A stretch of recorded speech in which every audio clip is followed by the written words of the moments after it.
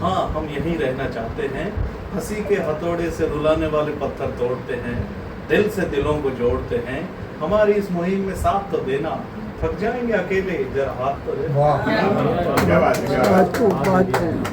तो क्या होता है कि बंजर है जीवन, उगानी हंसी की जरूरत इसलिए पड़ी ना कि बंजर है जीवन, उगानी है फसलें, हाशिए की दुनिया में थोड़ा सा धंस लें, कुछ तो निभाए कर्तव्य अपना, ताकि आने वाली नस्लें थोड़ा तो हंस लें, थोड़ा तो हंस लें। बहुत खूब, बहुत। लेकिन हंसी के पीछे दर्द भी होता है। जो भी बात कहते हैं ना अक्सर, जो मस्करा होगा वो कंठ तक भरा होगा, तो जैसे उसके पीछे कई चीज होती है वो लोगों को पता नहीं होता है।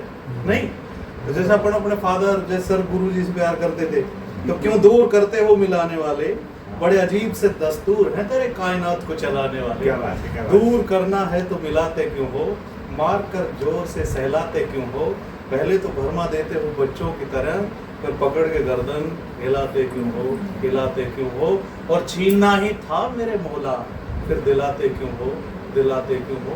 तो मेरे फादर से सब मिलने जाते थे, किशोर भाई, केशर जी, तो जो जाते थे वो जानते थे कितने खुश मिजाज आदमी थे, पर वो हमेशा दर्द को छुपाते थे। और वो कहते हैं यार जिसमें हम थोड़ा बहुत हंसाने की कोशिश करते हैं तो वो बिल्कुल भी नहीं हंसते थे, पर थोड़ा मुस्कुरा दिया तो उससे फाके लगते हैं कि हमें तेरे दर्द का एहसास नहीं था, एहसास हुआ जब तू हमारे पास नहीं था। बनते थे सब खास सिर्फ दौलत के वास्ते, वरना दुनिया में तेरा कोई खास नहीं। क्योंकि उनकी अलग ही तरह की ह्यूमर होती थी। मम्मी और हम घर में मजाक करते थे तो बहुत, उसके पता नहीं गर्दन में मच्छर लड़ा क्या, उसकी गर्दन ऊपर हुई और मेरी चोरी पकड़ में आ गई, पुलिस वाला चोरी, और हमारा ट्रायंगल बन गया यूं, बर्फी इधर, मैं इधर, वो सामने कन्या माता। और मैं देख रहा हूँ यार ये तो फंस गए। तो उसने पहले तो मुझे घूर कर देखा, पर लड़कियां माताएं बहनें बहुत अच्छी होती हैं, वो भी बहुत अच्छी थी। पहले मुझे घूर के देखा, मैं डर गया, तो उसने पाड़ा बदला, एकदम घूर के देखती हुई थोड़ी सी मुस्कुराई और एक इशारा करा, बोले तो ह्यूमर क्या होता है कि उसकी इंस्टेंट वो बढ़नी चाहिए। ह्यूमर का मतलब है और पिक्चर बढ़नी चाहिए। जैसे किसी की आंख खराब होती है ना सर, तो चश्मा यहाँ लगता है, फिर मेरी मिसेज जब यहाँ लगाती है तो मैं समझ जाता हूँ आंख इसका खोपड़ा भी खराब है। तो ह्यूमर बड़ी बारीक चीज है, उसको से काम करना पड़ता है। बहुत खूब, तालियां, जोरदार तालियां, हंसने के मौके कब मिलते हैं। मैं इनके पापा जी के पास आता था, सर के पास, हाँ। है ना, बिहारी जी के पास में आता, मैं कहता दादा ये मेरी कच्ची रचना है, बोला चूल्हे पे दर्द पक वो बहुत तगड़ा समझ जाते थे कोई भी बात होती। वो कहते थे नीम तले जहाँ हो पिटाई, होता वही नीम का खाना, कल तक जहाँ अस्पताल था आज वहाँ है कसाई खाना। तो गुरु जी को भी प्रणाम करते हैं सावन में, मतलब सच्ची बात अपने गुरु को, पिता को, सब भाइयों को, और आप सब भाई बहन मिल के सुनते हैं और हंसी को भी जी लेते हैं, बड़ी बात है। साहिल जी का स्वभाव ही कितना बदल गया, नहीं तुम्हारी जोरदार तालियां, जोरदार, साहिल जी के लिए भी जोरदार तालियां। शुरू में वो दिन भी हमने देखे, जैसे ये बैठते थे ना,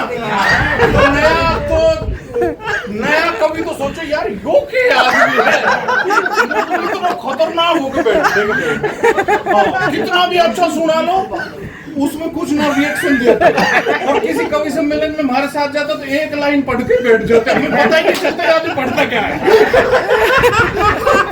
तो इनकी बुराई को वो कोई ना देती, कितना मजा आता था, है ना, सब बहुत अच्छा होता था।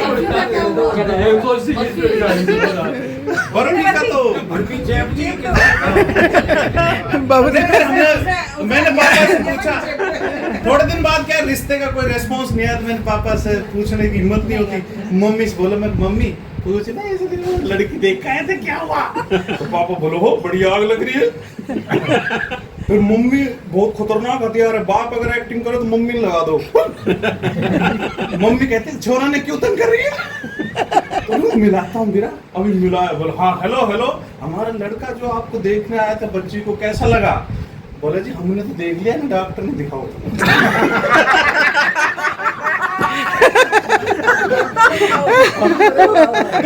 पापा ने बोला कोई एक्सपीरियंस दो, बच्चे को पहली बार तो देखने गया डिमोरलाइज हो जाएगा। तो पापा बोले भाई सर बताओ उसकी कमी क्या है? बोले जी हमारी छोरी से हमने पूछा था कि लड़का कैसा लगा, तो उसने कहा कि ये कसाई आदमी बर्फियों का ये हाल करता है तो मुझे तो रांध के ही खा जाए।